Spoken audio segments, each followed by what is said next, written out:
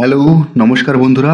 আজকের এই ভিডিওতে আমরা একটা ছোট গল্প জানবো। গল্পটার নাম লোটাস ইটার। লিখেছেন উইলিয়াম সমারসেট মম। বন্ধুরা, এই গল্পটা বাংলায় পুরোপুরি জানার আগে অল্প কিছু তথ্য আমাদেরকে জেনে নিতে হবে, যা এই গল্পটি বুঝতে আমাদের সাহায্য করবে। তো চলুন শুরু করি। দ্য লোটাস ইটার এর মানে হলো কল্পনাপ্রবণ অলস ব্যক্তি। দ্য লোটাস ইটার এই নামে একটা কবিতাও লিখেছেন আলফ্রেড লর্ড টেনিসন, যে কবিতাটা একটা কবিতা সংগ্রহের বইতে প্রকাশিত হয়। সেই কবিতা সংগ্রহের বইটার নাম হচ্ছে পোয়েমস, যেটি 1832 সালে প্রকাশিত হয়, কিন্তু আসলে সেই বইটির উপরে প্রকাশের ডেট 1833 সাল লিখে দেওয়া হয়। আলফ্রেড লর্ড টেনিসনের যে কবিতা, সেটা মূলত হোমারের লেখা অডিসি এর বুক নাম্বার 9 নম্বর বুকের বইয়ের উপর ভিত্তি করে লেখা হয়েছে। কিন্তু আমরা আজকে পড়ব the lotus eater short story, যেটা লিখেছেন ব্রিটিশ অথার উইলিয়াম সমারসেট মম। 1935 সালে গল্পটি লেখেন। এই গল্পটি লেখা হয়েছে জন এলিংহ্যাম ব্রুকস নামে এক ব্যক্তির জীবন কাহিনীর উপর ভিত্তি করে এই গল্পটি লেখা হয়েছে। এই গল্পটি উইলিয়াম সমারসেট মম এর ছোট গল্পের কালেকশনের একটা বই, দ্য মিক্সচার অ্যাজ বিফোর। এই দ্য মিক্সচার অ্যাজ বিফোর বইতে এই অন্তর্ভুক্ত করা হয়, আর এই বইটি প্রকাশিত হয়েছিল 1940 সালে। এই গল্পটি জানতে গেলে আমাদের ক্যাপ্রি নামের একটা আইল্যান্ড সম্পর্কে জানতে হবে। এই ক্যাপ্রি আইল্যান্ডটা অবস্থিত the south side of the gulf of নেপলসে, আর নেপলস তো ইটালির অন্তর্ভুক্ত। এবার দ্য লোটাস ইটার এর মাইথোলজিক্যাল ব্যাকগ্রাউন্ডটা আমাদের জানতে হবে। The lotus fruits and flowers were the primary food of the island and were a necrotic, causing the inhabitants to sleep in peaceful apathy. After they ate the lotus, they would forget their home and loved ones and long only to stay with their fellow lotus eaters. Those who ate the plant never cared to report to return. Greek মাইথোলজিতে যে গল্পটা lotus ইটারের সম্পর্কে রয়েছে সেটা কি, সেটা একটু জেনে নিন। In Greek mythology, Odyssey book number 9:84, the Lotophagi means lotus eaters were a race of people on an island dominated by lotus plants. The lotus flowers were the primary foodstuff of the island, and it caused the people to sleep in peaceful apathy. When Odysseus and his men landed on the island of the lotus eaters, they began doing as the natives did, eating the lotus flowers. This caused them to sleep and stop caring about ever going home. Finally, Odysseus managed to rescue himself from the apathy and set sail towards home. Symbolically, lotus eaters are the people who live in oblivion, forgetting their hardship of life. এই গল্পে আমরা জানবো কিভাবে the lotus eaters paints Thomas Wilson as lotophagi lotus eaters. এই lotus eater গল্পে আমরা জানবো, একটা চিত্র আমরা পাবো, সেটা হলো author's curious meeting with Thomas Wilson, the pivotal character of the story. এই থমাস উইলসন আসলে একজন রিটায়ার্ড ইংলিশ ব্যাংক ম্যানেজার ছিলেন। Wilson, who made the Italian island Capri his own abode living place, had a good deal of rumor going about him. The author made him personally to discover his real character. Morganos বলতে কি বোঝায়? আসলে Morganos is a cave owned by a person named Morgano. এই গল্পের মধ্যে আরেকটা কথা রয়েছে, ডোনিজেট্টি। এই ডোনিজেট্টি কে ছিলেন? গেইটানো ডোনিজেট্টি একজন ইতালিয়ান অপেরা কম্পোজার ছিলেন। এই গল্পের সেটিংটা হলো ক্যাপ্রি আইল্যান্ড, ইটালি। এই গল্পটার সেটিং 1913 সাল। এই গল্পে আমরা পাবো পিজা বলে একটা জায়গার নাম। এটা হচ্ছে public square common in any Italian town. এই গল্পে যে সমস্ত ক্যারেক্টার আমরা পাবো তাদের নাম হলো থমাস উইলসন। এই গল্পের যে narrator, he came to stay with his friend at Capri. এই গল্পে আমরা পাবো আসন্তা বলে একজন ক্যারেক্টার। সেই আসনটা হচ্ছে দ্য কটেজ ওনার্সেস ওয়াইফ। এই গল্পের থিমগুলি হলো escapism, allure of a simple life, conflict between duty and personal desires, consequences of pursuing an idyllic but impractical existence, circumstances shapes personalities, beauty of nature ইত্যাদি।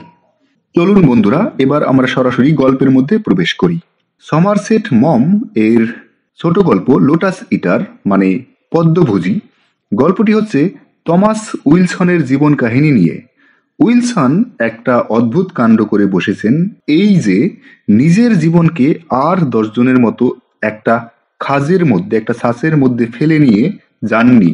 সাহসের সঙ্গে নিজের জীবনের গতিপথ নিজের হাতে নির্ধারিত করতে গিয়েছেন তিনি। লেখক শুনেছিলেন উইলসন খুব চাপা স্বভাবের একজন লোক, কিন্তু তিনি মনে করতেন উইলসনের মনের কোঠায় প্রবেশ করে তার থেকে সমস্ত কথা বার করে তার জীবন কাহিনী জানতে পারবেন। আগস্ট মাসে একদিন সূর্যাস্তের কিছু পূর্বে নেপলস উপসাগরের মধ্যে অবস্থিত ক্যাপ্রি দ্বীপের পিয়াজা বা ভ্রমণ উদ্যানে পৃথিবীর অন্যতম সুন্দর একটি দৃশ্যের মধ্যে উইলসনকে লেখক প্রথম দেখতে পেয়েছেন। প্রথম দেখেন পেছন ফিরে বসেছিলেন তিনি। লেখকের বন্ধু যার বাড়িতে তিনি আছেন, উইলসনের সঙ্গে লেখকের পরিচয় করিয়ে দিলেন সেই বন্ধু। পিয়াজার সেই ঘড়িঘর, সেই গির্জা, তার চত্বর, এমন একটি পরিবেশ, গান গেয়ে উঠবে ওখানকার সব ভ্রমণ বিলাসীরা। উইলসনের হাসিটা ভারী সুন্দর, যদিও তার দাঁতগুলো সুন্দর ছিল না। পোশাক পরিচ্ছেদ অত্যন্ত সাদাসিধে, তবু মনে হচ্ছিল অন্য কোনো লোকের পোশাক পরে এসেছে সে, কোনো জাহাজডুবির দুর্ঘটনার পর। তাকে দেখে লেখকের মনে হয়েছিল তিনি বোধ হয় কোনো ইন্স্যুরেন্স কোম্পানির ম্যানেজার। নিজের হারানো ঘড়িটার ওপর বীমার টাকা চাইতেই এমন প্রশ্নবাণে জর্জরিত হবেন যে ম্যানেজার তাকে একটি নির্বোধ বা শঠ ব্যক্তি বলে ধারণা করে নেবেন। তিনজনে মরগানোর সরাইখানায় পানীয় গ্রহণ করলেন। এটা ওটা কথার পর উইলসন বিদায় নিলেন। কোনো অস্বাভাবিক কিছু দেখতে পেলেন না লেখক ওই উইলসনের মধ্যে।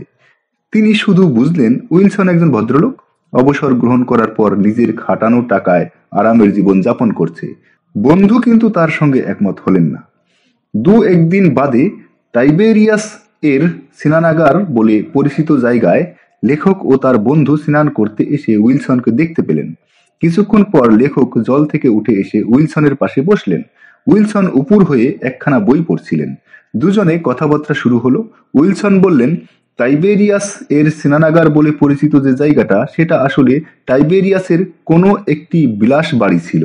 ক্যাপ্রি জায়গাটাতে বেশ একটা ঐতিহাসিক আবহাওয়ার গন্ধ পাওয়া যায়। তিনি জানিয়ে দিলেন তিনি ওখানে 15 বছর ধরে আছেন। সেই যে পৌরাণিক কাহিনীর কোনো জার্মান দুপুরে লাঞ্চ খেতে এসে 40 বছর কাটিয়ে দিয়ে গেলেন। উইলসনেরও সেই অবস্থা, তবে ঠিক 40 বছর নয়, 25 বছর তার ওখানে কাটাবার কথা। এইখানেই যেন একটু বিশিষ্টতার স্বাদ পেলেন লেখক। গল্প আরো অনেকক্ষণ চলতো, কিন্তু এর মধ্যে লেখকের বন্ধু এসে পড়াতে সেই গল্পে ছেদ পড়ল। এরপরে আরো কয়েকবার দেখা হয়েছে দুজনের সঙ্গে, কিন্তু উইলসনের কাহিনী নিয়ে কোনো কথা হয়নি। পরে একদিন পূর্ণিমার রাতে অ্যানাক্যাপ্রি নামক একটি সুন্দর জায়গায় মন্ট সোলারো পাহাড়ের ওপরকার এক সরাইখানায় বসে আবার দুজনে কথাবার্তা হতে লাগলো। উইলসন বললেন, জীবনে অবসরই হচ্ছে সবচেয়ে মূল্যবান বস্তু। লোকে পরিশ্রম করে তো অবসরের জন্যই। সেই প্রথম দিনের কথা উইলসনের মনে পড়ল, যখন স্টিমারে করে আসছিলেন ক্যাপ্রির দিকে 7 দিনের গরমের ছুটি কাটাবেন বলে। আসতে আসতেই ক্যাপ্রিকে ভালো লেগে গেল উইলসনের। সেদিনও ছিল পূর্ণিমার রাত। সবাই যখন ঘুমিয়ে, উইলসন তখন চত্বরে বসে সমুদ্রের দিকে তাকিয়েছিলেন। ভিসুভিয়াসের লাল ধোঁয়ার পালক সমুদ্র থেকে ওপরে শোভা পাচ্ছিল। তারও ওপরে পূর্ণচন্দ্রের শুভ্র সুষমা, যেন নেশা ধরে গেল। উইলসন পরের দিন বেড়াতে বেরিয়ে মেরি মাতার স্বর্গে বরণ উৎসব হচ্ছে এমন একটি জায়গায় গেলেন। জায়গাটির নাম পুন্টা দি টিম্বারিও।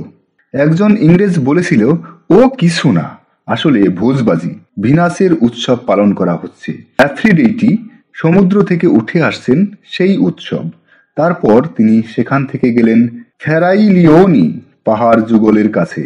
ভাগ্যদেবী তাকে সেদিন ওখানে না নিয়ে গেলে তিনি ব্যাংক ম্যানেজার হয়েই কাটাতেন। ক্র্যাফোর্ড স্ট্রিট ব্রাঞ্চ, ইয়র্ক ও সিটি ব্যাংকের সেখানকার ম্যানেজার ছিলেন তিনি।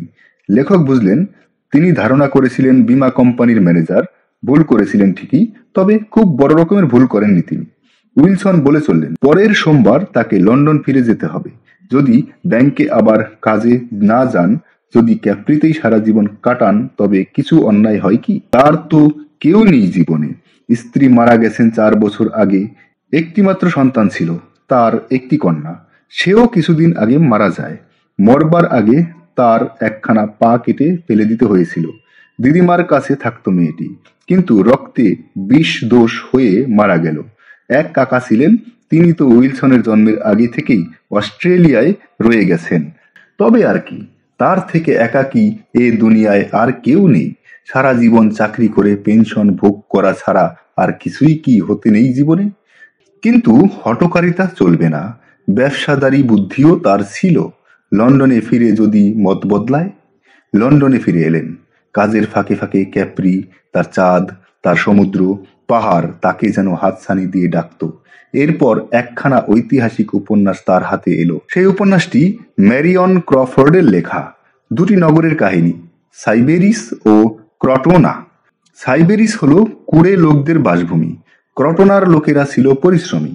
একদিন ক্রটোনার লোকেরা সাইবেরিস নগর আক্রমণ করে তাকে ধ্বংসস্তূপে পরিণত করে দিল। কিছুদিন পর অন্য দেশের অন্য লোকেরা ক্রটোনার ওপর ঝাঁপিয়ে পড়ল। ক্রটোনা নগর ধ্বংস হয়ে গেল। অলস নগর ও পরিশ্রমী নগর, দুয়েরই একই পরিণাম। তবে উইলসন কেন খেটে মরবে? ঠিক করে ফেললেন কি করবেন। অর্থের একটা সমস্যা ছিল। কাজ না করলে খাবেন কি? হিসাব করতে বসলেন। পেনশনের জন্য বসে থাকলে তার বয়স দাঁড়াবে গিয়ে 47 বছর। সেই বুড়ো বয়সে কি আর সৌন্দর্য ভোগ করবেন? 30 বছর চাকরি না করলে ব্যাংক পেনশন দেয় না। তার মাত্র 17 বছর চাকরি হয়েছে। তখন যদি তিনি চাকরি ছেড়ে দেন, ব্যাংক তবে একটা আনুতোষিক দেয়। সেই আনুতোষিকের টাকা, বাড়িটা বিক্রয়লব্ধ টাকা আর যা কিছু জমানো ছিল, সব মিলিয়ে একটা বার্ষিক অনুদানের ব্যবস্থা করা যায়। একটা বাসস্থান, একটি ভৃত্য দেখাশোনা করার জন্য, তামাক পান করার জন্য যথেষ্ট পয়সা, কিছু ভালো খাবার, মাঝে মাঝে বই কেনা, আর জরুরিকালীন অবস্থার জন্য কিছু। এসব খরচ চালাতে হলে ওই বার্ষিক অনুদান দিয়ে 25 বছর বেশ হেসে খেলে আরামে কাটিয়ে দেওয়া যায়। তখন তার বয়স হবে 60 বছর। কত লোক তো 50-এর ঘরেই মারা যায়। 60 বছর পরে তাকে আর দেখতে হবে না। লেখক বললেন, 60-এও তো কেউ মরবে বলে নিশ্চিত হতে পারে না। আপনি কি করে কিভাবে নিশ্চিত হলেন? তখন উইলসন বললেন, সেটা তো নিজের হাতে। এখন তার বয়স 50 বছর, আরও তো 10 বছর বাকি রয়েছে। লেখকের শিরদাঁড়ার ভেতরে একটা কাঁপুনি বয়ে গেল। তিনি 60 বছর বয়সের পর উইলসনের কি হবে ভাবতে পারছিলেন না। এরপর উইলসনের কথায় একদিন লেখক গেলেন তার বাড়িটি দেখতে। একটি কুঁড়ে ঘর, তার সামনেই করবি ফুলের ভরা একটি গাছ, ভেতরে একটা শোবার ঘর, বসার ঘর একটি, রান্নাঘর আর জ্বালানি কাঠি রাখার একটি চালাঘর। আসবাবের মধ্যে দুটো চেয়ার, একটা ডেস্ক, বই ভর্তি কতগুলো তাক, একটা পিয়ানো, একজোড়া তেলচিটে তাস, পেশেন্স খেলার জন্য ব্যবস্থা। বিটোফোনের সনেটা থেকে তিনি একটু বাজিয়ে শোনালেন। খুব ভালো হাত নয়। ঘরে বিটোফেন, শুম্যান, শুবার্ট, বাখ, শোপিন রয়েছে। দেওয়ালে ওয়াটস ও লর্ড লেইটনের আঁকা ছবি রয়েছে। লেখক নিজের চোখে যা দেখেছেন বা অপরের কাছ থেকে যা শুনেছেন, তাতে উইলসনের 15 বছর ক্যাপ্রির জীবন সম্বন্ধে মোটামুটি একটা পরিষ্কার ছবি পেয়েছেন। তিনি বেশ একটি নিরীহ জীবন যাপন করতেন। স্নান করতেন, হেঁটে বেড়াতেন, পিয়ানো বাজাতেন, তাস নিয়ে পেশেন্স খেলতেন, প্রকৃতির সৌন্দর্য সম্বন্ধে সর্বদাই সচেতন ছিলেন। কেউ অবহেলা করলে গায়ে মাখতেন না বেশি। পার্টিতে যেতেন, গায়ে পরে খুব একটা আলাপ করতেন না। কেউ আলাপ করতে এলে তাকে খুশিই করতেন। লোক পছন্দ করতেন তিনি, তবে সব সময় একটা দূরত্ব রেখে চলতেন যাতে অন্তরঙ্গতা না গড়ে ওঠে। মেয়ে সংক্রান্ত ব্যাপারে কোনোদিন বেশি মাখামাখি করতেন না। ভাবাবেগ সংযত রাখতে জানতেন।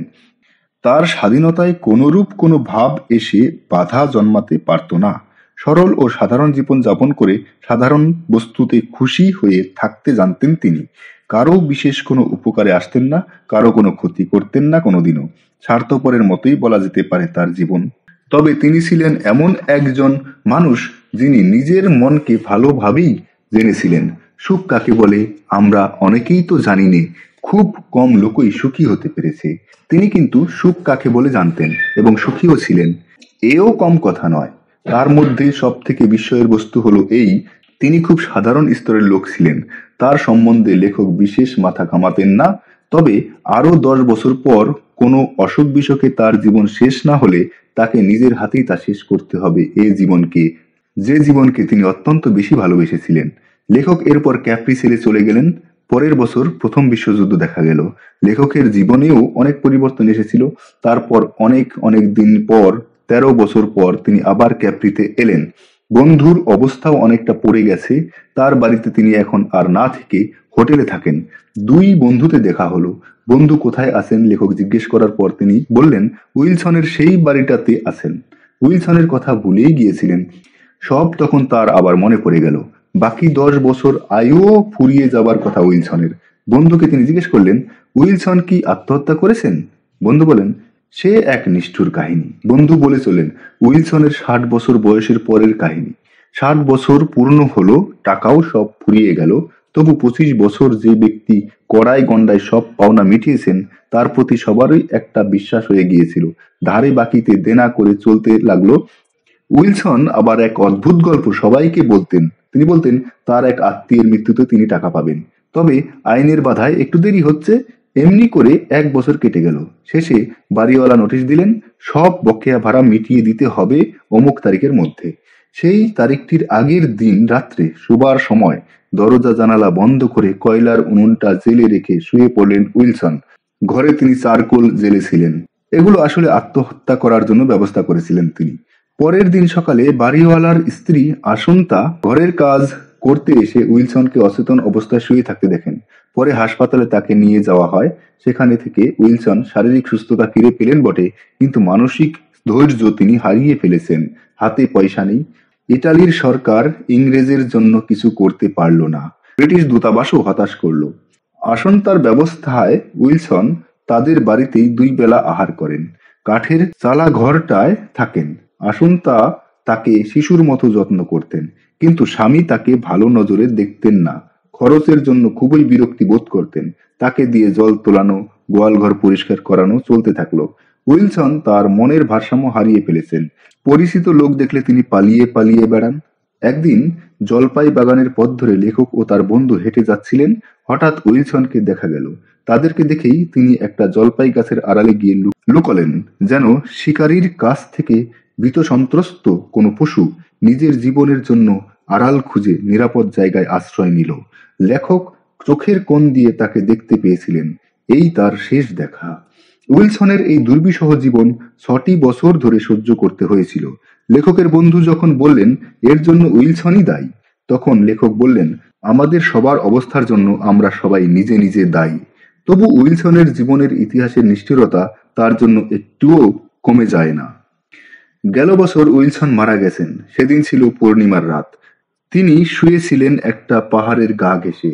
সেখান থেকে তিনি দেখতে পাচ্ছিলেন ফেরাইলিওনি পাহাড় যুগল সমুদ্র থেকে উঠে দাঁড়িয়ে, ওপরে পূর্ণচন্দ্র। মনে হয় সেই দৃশ্যের সৌন্দর্যে বিভোর হয়ে তিনি মারা যান। প্রকৃতির কোলে প্রকৃতির সৌন্দর্য ভোগ করতে করতে, প্রকৃতির রহস্যে বিভোর হয়ে, প্রকৃতির সৌন্দর্যে মুগ্ধ হয়ে তিনি প্রকৃতির মধ্যেই শেষ নিঃশ্বাস ত্যাগ করেন। ধন্যবাদ বন্ধুরা, গল্পটি শুরু থেকে শেষ পর্যন্ত শোনার জন্য।